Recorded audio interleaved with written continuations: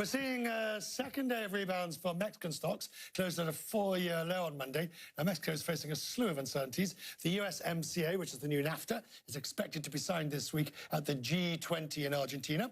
Donald Trump's threatened to close the US border with Mexico, and there are fears the new government could unwind reforms meant to prop up the Mexican economy. Joining me now from Mexico City, the country's outgoing Economy Secretary, Ildefonso Guajardo. Good to see you, Minister. Thank you for taking time.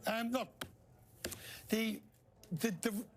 you're on the way out, or the government is on the way out, but USMCA is coming in. Is that going to be a satisfactory replacement for NAFTA for Mexico in the long term? Definitely, Richard, because what we have to admit is that the actual NAFTA went for too long with any checkpoints.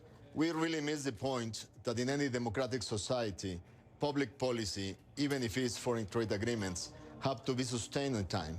And we left it in its own to the point to risk it. This is not about one election in the US that changed the course of things. It's about a very important ratio of the US electorate growing uncomfortable with the terms of the agreement. The issue, of course, of the relationship, let's take the border, for example, and President Trump's threats to close the border. As more migrants come up and more caravans arrive, it begs the question, A, is Mexico equipped to face this? And B, if the border is closed, what does that do for the relationship between the two countries? I don't think that the issue comes down to closing or not closing the border.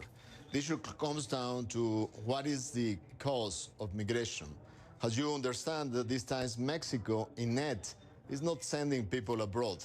It's basically a country that is being used as a pathway from South America and Central America to the US.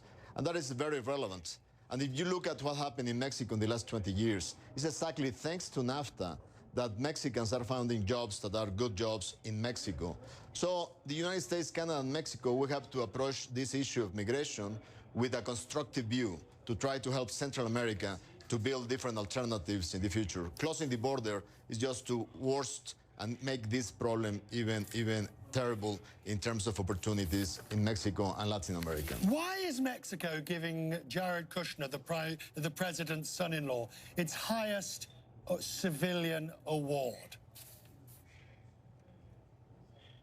This is a decision that is being made by the Mexican government to people that has helped in order to make Mexico to connect internationally in the best way possible. And I think that Mr. Kushner had played a very important role in the process of negotiation. After I was the chief negotiator, my counterpart was Bob Lighthizer, but always good ideas in where to land solutions came from Mr. Kushner's office, and those ideas help to find common grounds that are wins for the two countries involved in this negotiation. The common view, or the popular view, is that he's a man out of his depth, who's there because of his relationship with the president as his father-in-law.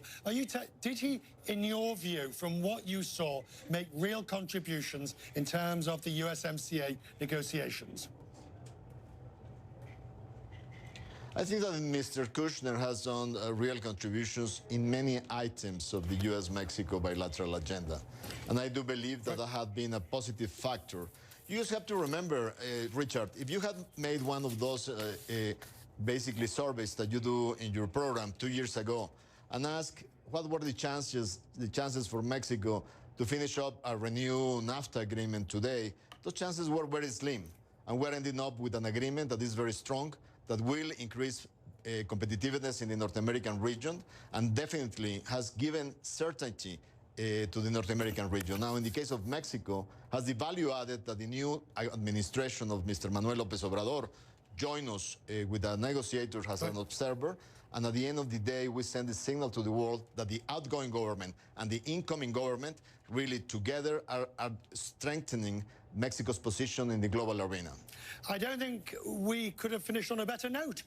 Minister, thank you for your courtesies of always coming on our programme. We look forward to having you in New York. Now you're free from the realms of office, and we can talk more and really get to the bottom of matters. Thank you, Minister. We wish you well post-government. Thank you, Richard, and I will be in New York anytime. Oh, thank you. No, there's a promise to make. All right, as we continue tonight.